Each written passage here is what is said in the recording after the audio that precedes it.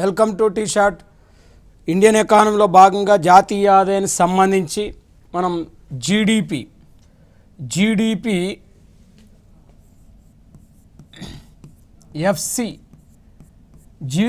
FC అంటే gross domestic product factor cost, ఉత్పత్తి కారకాల ఖరీదు దృష్ట్యా స్థూల దేశీయోత్పత్తి. ఇది మనం నేర్చుకోవాలి. జీడిపి ఫ్యాక్టర్ కాస్ట్ ఇది అంటే ఉత్పత్తి కారకాల ఖరీదు దృష్ట్యా స్థూల దేశీయోత్పత్తి అంట. ఇది ఎట్లా వస్తుందంటే జిఎన్పిఎఫ్సి నుండి ఎన్ఎఫ్ఏఐ అబ్రాడ్ తీసేయాలి. ఇది అంటే జిఎన్పిఎఫ్సి నుంచి ఎన్ఎఫ్ఏ అబ్రాడ్ తీసేస్తే జీడిపిఎఫ్సి వస్తుంది. అంటే జనరల్గా ఉత్పత్తి కారకాల ఖరీదు దృష్ట్యా స్థూల దేశీయోత్పత్తి రావాలంటే మనం మేజర్గా మనం అధ్యయనం చేస్తుంది. ఇప్పుడు మనం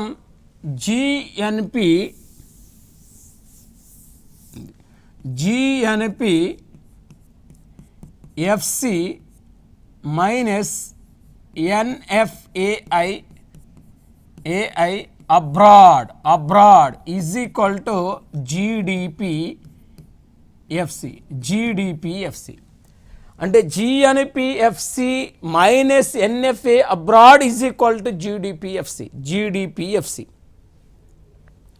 అంటే ఉత్పత్తి కారకాల ఖరీదు దృష్ట్యా స్థూల దేశీయోత్పత్తి రావాలంటే ఉత్పత్తి కారకాల ఖరీదు దృష్ట్యా స్థూల జాతీయోత్పత్తి నుండి నికర విదేశ కారక ఆదాయం తీసేస్తే జీడిపిఎఫ్సి వస్తుంది. అంటే ఇప్పుడు GNPFC equation C plus I plus G plus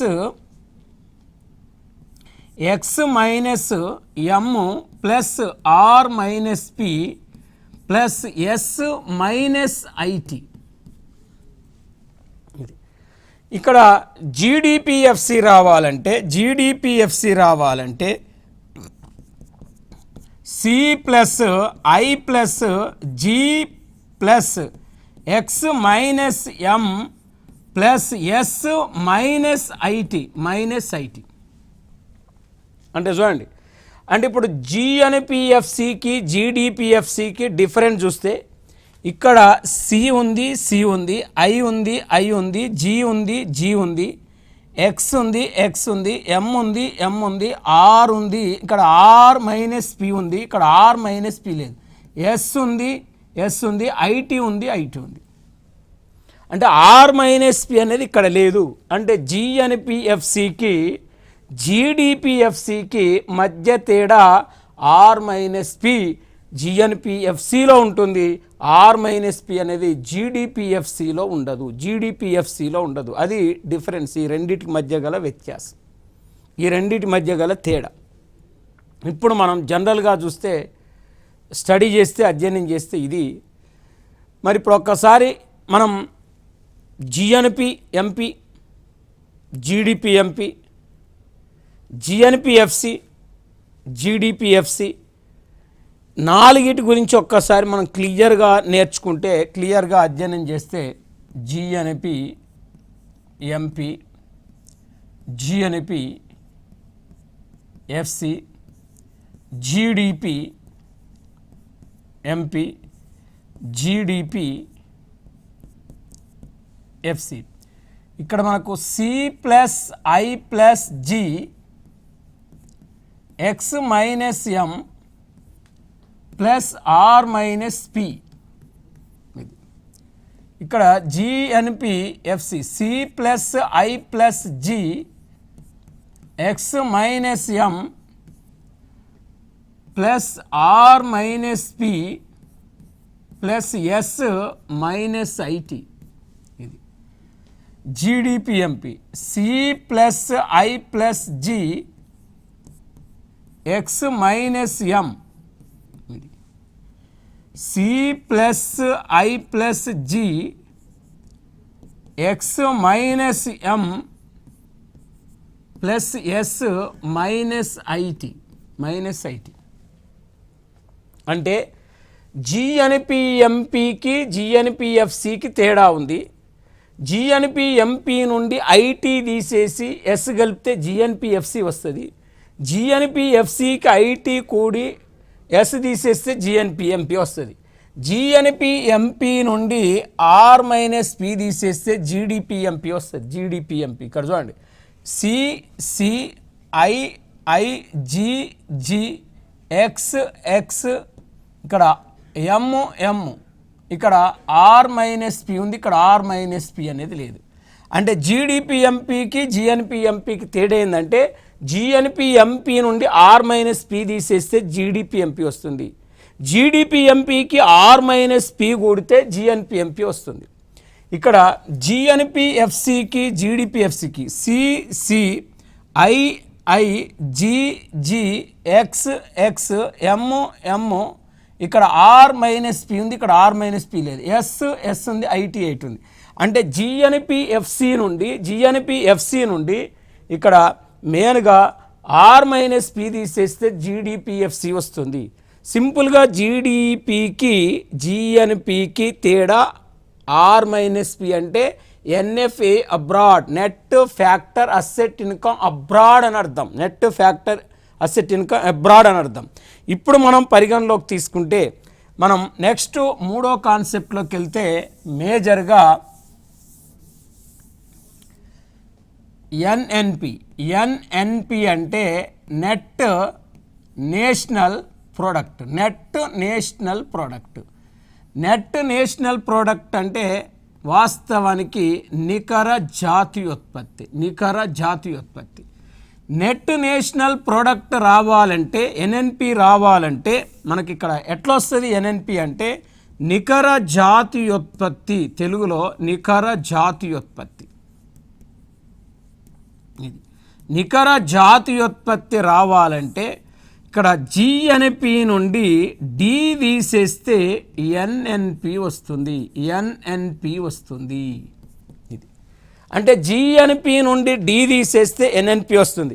GNP అంటే స్థూల జాతీయోత్పత్తి, డి అంటే డిప్రిషియేషన్, మరి ఎన్ఎన్పి అంటే నెట్ నేషనల్ ప్రోడక్ట్. అంటే స్థూల జాతీయోత్పత్తికి నికర జాతీయోత్పత్తికి మధ్య వ్యత్యాసము తరుగుదల. డిప్రిషియేషన్, డి అంటే డిప్రిషియేషన్ అంటే ఒక వస్తువు తయారీలో యంత్ర పరికరాలను వాడతాం. ఒక వస్తువు తయారీలో యంత్ర పరికరాలను వాడతాం.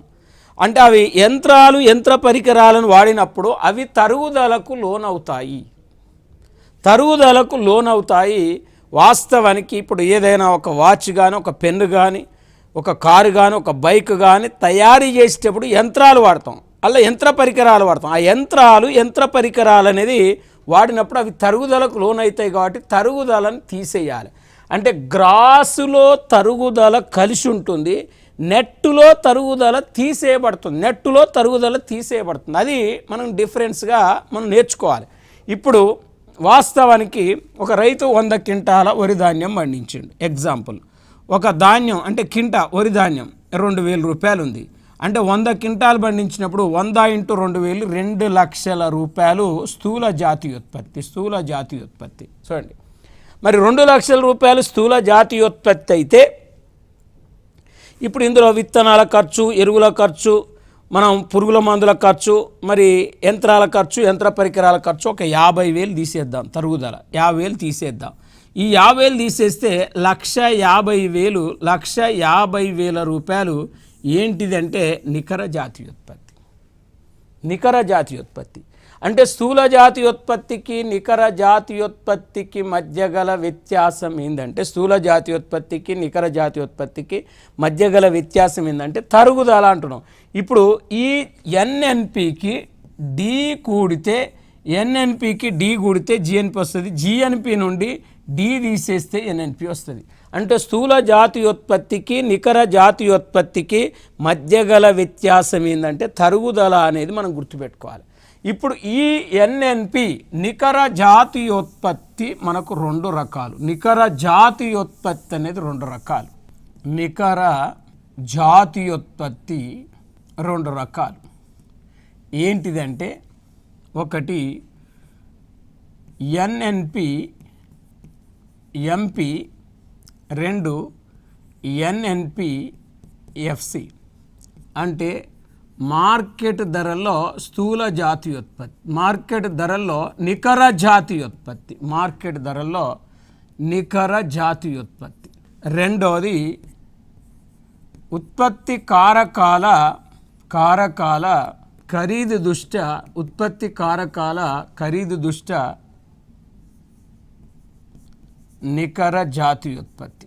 మార్కెట్ ధరలో నికర జాతీయోత్పత్తి, ఉత్పత్తి కారకాల ఖరీదు దృష్ట్యా నికర జాతీయోత్పత్తి అని రెండు రకాలు చెప్పుకున్నాం. NNP MP, NNP FC. NNP MP, NNP FC అంటే మార్కెట్ ధరలో నికర జాతీయోత్పత్తి, ఉత్పత్తి కారకాల ఖరీదు దృష్ట్యా నికర జాతీయోత్పత్తి అనే దాన్ని మనం స్టడీ చేస్తే, అధ్యయనం చేస్తే ఇది. ఇప్పుడు మార్కెట్ ధరలో నికర జాతీయోత్పత్తి రావాలి. మార్కెట్ ధరలో నికర జాతీయోత్పత్తి రావాలంటే ఎట్లా వస్తుందంటే జిఎన్పి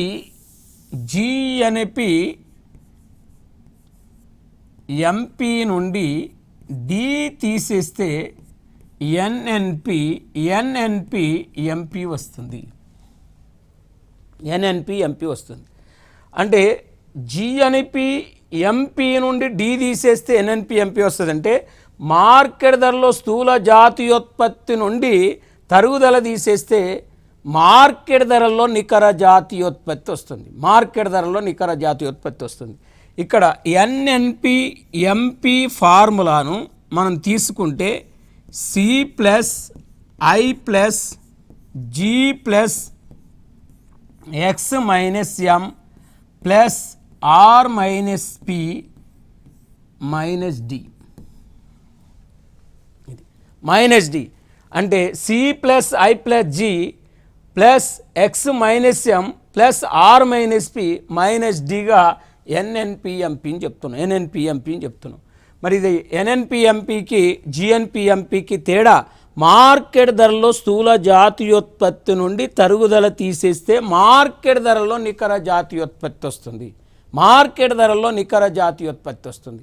అది మనం వ్యత్యాసంగా చెప్పుకోవచ్చు, అది డిఫరెన్స్గా మనం చెప్పుకోవచ్చు. నెక్స్ట్ మనం జనరల్గా తీసుకుంటే ఎన్ఎన్పి ఎఫ్సి. ఈ ఎన్ఎన్పిఎఫ్సి రావాలంటే ఎన్ఎన్పిఎఫ్సి అంటే factor cost of net national product. Factor cost of net national product అంటే ఇక్కడ ఉత్పత్తి కారకాల ఖరీదు దృష్ట్యా, ఉత్పత్తి కారకాల ఖరీదు దృష్ట్యా నికర జాతీయోత్పత్తి. ఉత్పత్తి కారకాల ఖరీదు దృష్ట్యా నికర జాతీయోత్పత్తి. మరి ఈ ఉత్పత్తి కారకాల ఖరీదు దృష్ట్యా నికర జాతీయోత్పత్తి అనే దాన్ని మనం పరిగణలోకి తీసుకుంటే, స్టడీ చేస్తే, అధ్యయనం చేస్తే ఇక్కడ జిఎన్పి ఎఫ్సి నుండి వాస్తవానికి డి తీసేస్తే ఎన్ఎన్పి ఎఫ్సి వస్తుంది. ఇది అంటే ఉత్పత్తి కారకాల ఖరీదు దృష్ట్యా స్థూల జాతీయోత్పత్తి నుండి తరుగుదల తీసేస్తే ఉత్పత్తి కారకాల ఖరీదు దృష్ట్యా నికర జాతీయోత్పత్తి వస్తుంది. మరి ఇప్పుడు జనరల్గా ఎన్ఎన్పిఎఫ్సి ఫార్ములాను మనం తీసుకుంటే ఎన్ఎన్పిఎఫ్సి ఫార్ములాను C plus I plus G plus X minus M plus R minus P plus S minus IT minus డిగా మనం చెప్పుకోవచ్చు. C plus I plus G plus X minus M plus R minus P plus S minus IT minus డిగా చెప్పొచ్చు. Minus డిగా చెప్పొచ్చు. అంటే ఇప్పుడు మనకు దేనిని జాతీయ ఆదాయం అంటారంటే factor cost of net national income అంటే ఉత్పత్తి కారకాల ఖరీదు దృష్ట్యా నికర జాతీయ ఆదాయాన్ని మనం జాతీయ ఆదాయంగా పరిగణిస్తారు. ఎందుకు దీన్ని జాతీయ ఆదాయంగా పరిగణిస్తారు, దీనినే జాతీయ ఆదాయంగా పరిగణిస్తారు అంటే ఇక్కడ సబ్సిడీలు కలపబడ్డాయి, పరోక్ష పన్నులు తీసేయబడ్డాయి, ప్లస్ తరుగుదల తీసేయబడ్డది. కాబట్టి ఉత్పత్తి కారకాల ఖరీదు దృష్ట్యా నికర జాతీయోత్పత్తినే జాతీయ ఆదాయంగా పరిగణిస్తారు. ఇది మోస్ట్ ఇంపార్టెంట్ పాయింట్ కాబట్టి ఇది మనం గుర్తుపెట్టుకోవాలి. ఈ క్రింది వాన్లో జాతీయ ఆదాయం అనగా ఉత్పత్తి కారకాల ఖరీదు దృష్ట్యా స్థూల జాతీయోత్పత్తి, ఉత్పత్తి కారకాల ఖరీదు దృష్ట్యా స్థూల దేశీయోత్పత్తి, ఉత్పత్తి కారకాల ఖరీదు దృష్ట్యా నికర జాతీయోత్పత్తి, ఉత్పత్తి కారకాల ఖరీదు దృష్ట్యా నికర దేశీయోత్పత్తి అంటే ఉత్పత్తి కారకాల ఖరీదు దృష్ట్యా స్థూల జాతీయోత్పత్తిని జాతీయ ఆదాయంగా పరిగణిస్తారనే దాన్ని మనం అర్థం చేసుకోవాలి, అధ్యయనం చేయాలి. నెక్స్ట్ మనం తీసుకుంటే నెక్స్ట్ ఎన్డిపి, నాలుగవది నెట్ డొమెస్టిక్ ప్రోడక్ట్.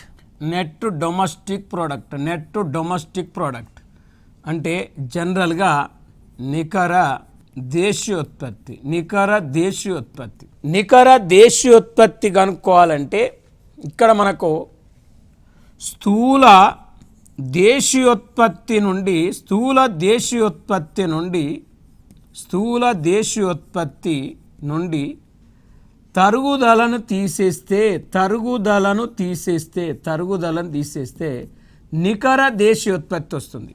అంటే GDP minus D is equal to NDP. అంటే స్థూల దేశీయోత్పత్తి మైనస్ తరుగుదల ఈజ్ ఈక్వల్ టు నికర దేశీయోత్పత్తి. GDP minus D is equal to NDP. GDP minus D is equal to NDP. మరి ఇప్పుడు ఒక్కసారి మనకు ఈ ఎన్డిపి నెట్ డొమెస్టిక్ ప్రోడక్ట్ నికర దేశీయోత్పత్తిని మనం రెండు రకాలుగా చెప్పుకోవచ్చు. ఆ రెండు రకాలు ఏంటి అనే దాన్ని మనం స్టడీ చేస్తే నికర దేశీయోత్పత్తి రెండు రకాలుగా చెప్పుకోవచ్చు. ఒకటి ఎన్డిపి ఎంపీ, రెండు ఎన్డిపి ఎఫ్సి. ఎన్డిపి ఎంపీ అంటే మార్కెట్ ప్రైస్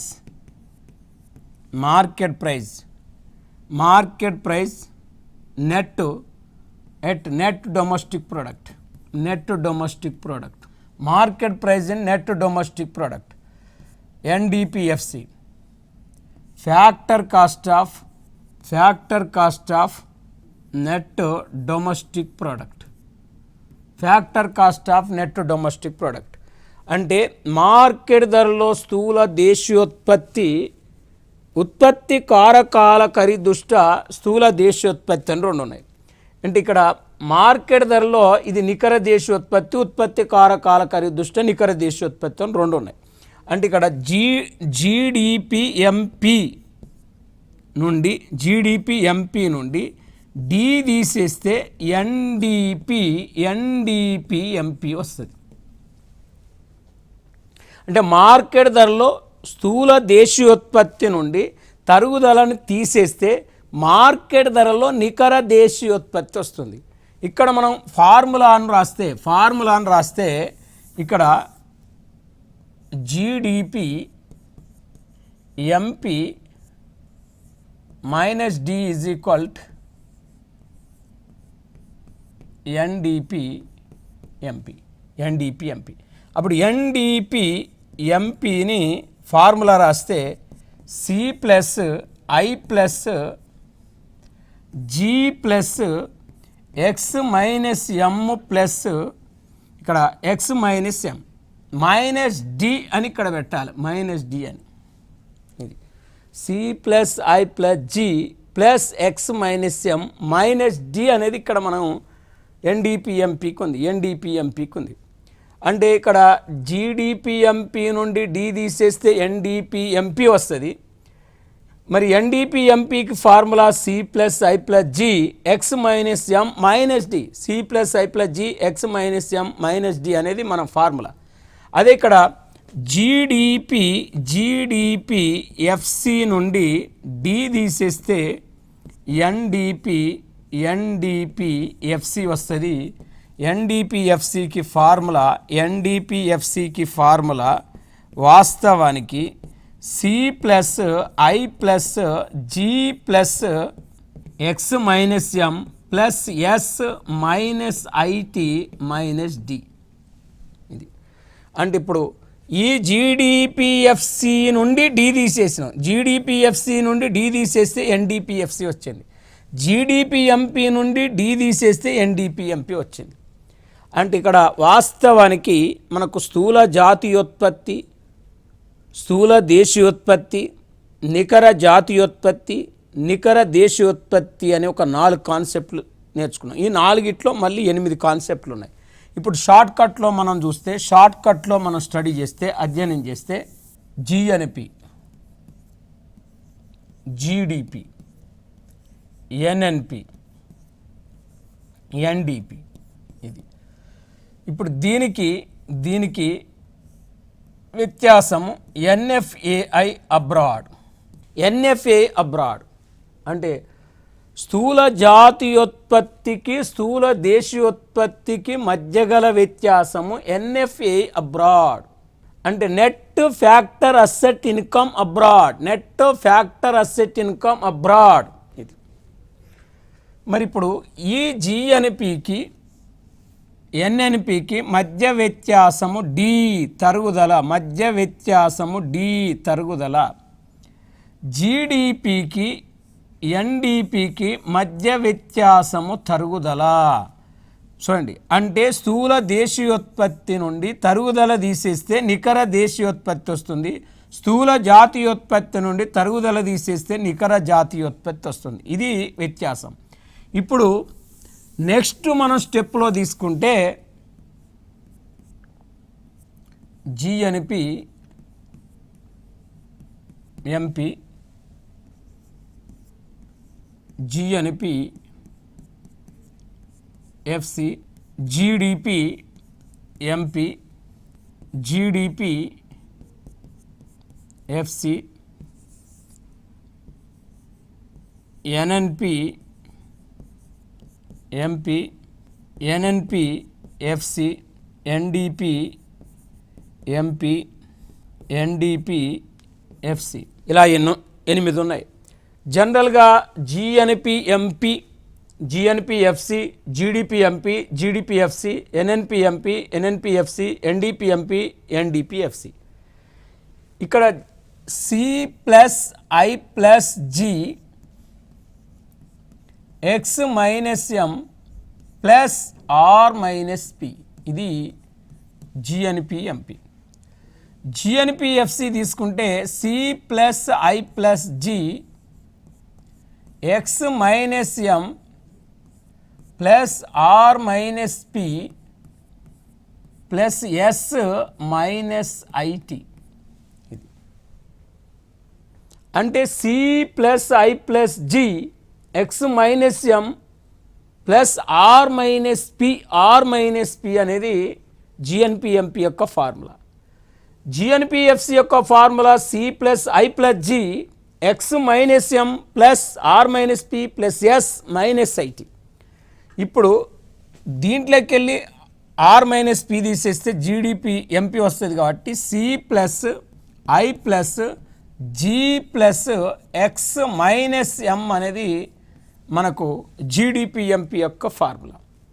ఇప్పుడు ఎఫ్సీలోకి వెళ్ళి జిఎన్పిఎఫ్సీలోకి వెళ్ళి ఆర్ మైనస్ పి తీసేస్తే జీడిపిఎఫ్సి వస్తుంది. కాబట్టి యాజ్ ఇట్ ఈస్గా C plus I plus G plus X మనకు minus M plus S minus IT. ఇది మరి ఇప్పుడు జిఎన్పి ఎంపీలోకి వెళ్ళి డి తీసేస్తే ఎన్ఎన్పి ఎంపీ వస్తుంది. కాబట్టి జిఎన్పి ఎంపీలోకి వెళ్ళి యాజ్ ఇట్ ఈస్గా మనం రాస్తే C plus I plus G plus X minus M plus R minus P minus D. ఇది అది దాని యొక్క ఫార్ములా. ఇక్కడ వాస్తవానికి దీంట్లోకి వెళ్ళి తరుగుదల జిఎన్పిఎఫ్సిలోకి వెళ్ళి తరుగుదల తీసేస్తే ఎన్ఎన్పిఎఫ్సి వస్తుంది. కాబట్టి మనం జనరల్గా C plus I plus G plus X minus M plus R minus P plus S minus IT minus D. ఇది మైనస్ డి. ఇప్పుడు జీడిపిఎంపీలకి వెళ్ళి డి తీసేస్తే ఎన్డిపిఎంపీ వస్తుంది. కాబట్టి ఇక్కడ C plus I plus G plus X minus M minus D. ఎన్డిపిఎఫ్సిలకి వెళ్ళి అంటే ఎన్డిపిఎఫ్సి రావాలంటే జీడిపిఎఫ్సిలకి వెళ్ళి తరుగుదల తీసేయాలి. కాబట్టి జీడిపిఎఫ్సిలకి వెళ్ళి ఇక్కడ C plus I plus G plus X minus M plus ఇక్కడ S minus IT minus D. ఇది ఎన్డిపిఎఫ్సి యొక్క ఫార్ములా. ఇప్పుడు మనకు క్లియర్గా జిఎన్పిఎఫ్సి, జీడిపిఎంపి, జీడిపిఎఫ్సి, ఎన్ఎన్పిఎఫ్సి, ఎన్డిపిఎఫ్సి గురించి మనం చదువుకున్నాం. ఇక్కడ మనకు ఏమిచ్చిండు? జిఎన్పిఎంపి ఇచ్చిండు. ఏం కనుక్కోమన్నాడు? ఎన్డిపిఎఫ్సి కనుక్కోమన్నాడు. అప్పుడు మనం జనరల్గా ఒకసారి చూస్తే మనం కనుక్కోవచ్చు. ఎట్లా కనుక్కోవచ్చు అంటే జిఎన్పిఎంపి 2000 కోట్లు, ఎన్ఎఫ్ఏ అబ్రాడ్ 300 కోట్లు ప్లస్ ఐటి 200 కోట్లు, సబ్సిడీ 100 కోట్లు, డిప్రిషియేషన్ 50 కోట్లు అయినా ఎన్డిపిఎఫ్సి ఎంత అన్నాడు. అప్పుడు మనం ఫార్ములా ఏం రాయాలంటే జిఎన్పిఎంపి కాబట్టి ఇళ్ళకెళ్ళి ఎన్ఎఫ్ఏ తీసేయాలి, ఐటీ తీసేయాలి, సబ్సిడీ కలపాలి, ప్లస్ తరుగుదల తీసేస్తే అప్పుడు ఎన్డిపిఎఫ్సి వస్తుంది. అంటే దీంట్లోకి వెళ్ళి మనం 2000 కోట్లకి వెళ్ళి వాస్తవానికి 300 కోట్లు తీసేస్తే 1700 కోట్లు, 1700 కోట్లకి వెళ్ళి 200 కోట్లు తీసేస్తే 1500 కోట్లు, 1500 కోట్లకు 100 కోట్లు కలిపితే సబ్సిడీ 1600 కోట్లు, 1600 కోట్లకి వెళ్ళి 50 కోట్లు తీసేస్తే 1550 కోట్లు ఎన్డిపిఎఫ్సి, 1550 కోట్లు ఎన్డిపిఎఫ్సి. మనం జిఎన్పి, జీడిపి, ఎన్ఎన్పి, ఎన్డిపి సంబంధించిన కాన్సెప్ట్లు మనం జాతీయ నేర్చుకున్నాం. నెక్స్ట్ మనకు నేర్చుకోవాల్సింది ప్రైవేట్ ఇన్కమ్, తర్వాత personal income, disposable income, nominal national income, real national income, per capital income అనే కాన్సెప్ట్లు మనం నేర్చుకుంటే జాతీయ ఆదాయం కంప్లీట్ అవుతుంది. నెక్స్ట్ క్లాసులో వాటి గురించి పూర్తి వివరాలతో తెలుసుకుందాం. Thank you.